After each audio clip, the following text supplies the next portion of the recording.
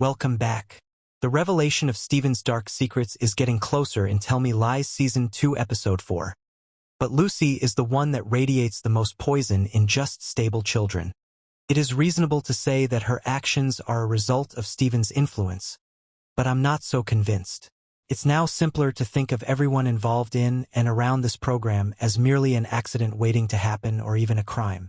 This episode has an unsettling ticking clock feel to it despite not being as packed with stupid shenanigans as usual.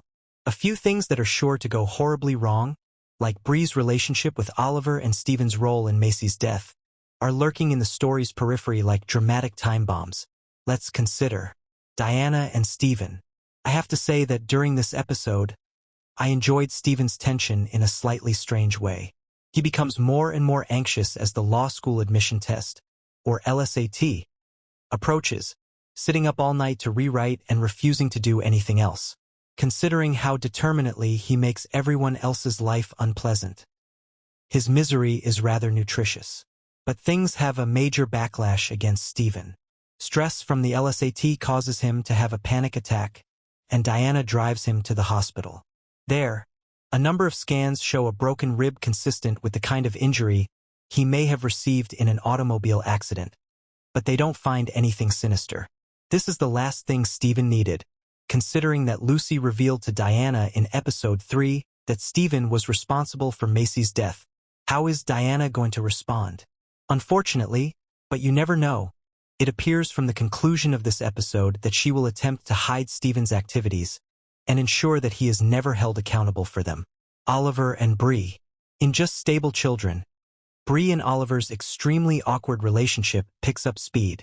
However, Bree is taken aback when Oliver shows up unannounced in her class and she finds out that, of all people, he is married to Marianne. This is just another small fist pump moment because the scene when Bree acts like a queen bee and is passive-aggressive with Marianne is very amazing.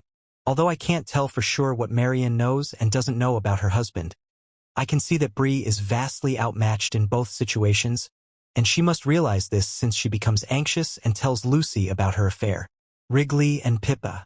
This episode's sole somewhat cheerful storyline is on Pippa and Wrigley. We find out early on that Pippa never told her father about the breakup, so Wrigley does her a favor by acting as though he's completely certain about his future, the exact opposite of the reality, but one that he knows Pippa's father would want to hear. Wrigley later asks Pippa to go see Evan when he hands him off to his new female buddy. As she first thinks, it's not for a booty call. Rather, they want to know if she authored the letter that unintentionally caused his knee damage in Season 1. Although Pippa advises Wrigley to take a closer look at Steven, which is always a good idea, we already know that it was Lucy. For now, he doesn't seem inclined to listen, but he will consider it. Leo and Lucy. Thus, Lucy spends the most of Season 2, Episode 4, with Leo. Though she's having fun with him, she hasn't wanted to sort of push things further. She displays some very unsettling behavior when she decides, ironically just after witnessing Leo converse briefly with his ex. Leo takes the responsible action and takes a condom out of his drawer just before he and Lucy are ready to become intimate. Lucy only needs to see that. She accuses him of sleeping with other girls and then acting strangely around his ex, even though he knows that she is on the pill and shouldn't need protection. Yes, Lucy purposefully provoked Leo without cause in order to have kinkier sex. She was the one who raised such a fuss about his headbutting someone and having trouble controlling his wrath.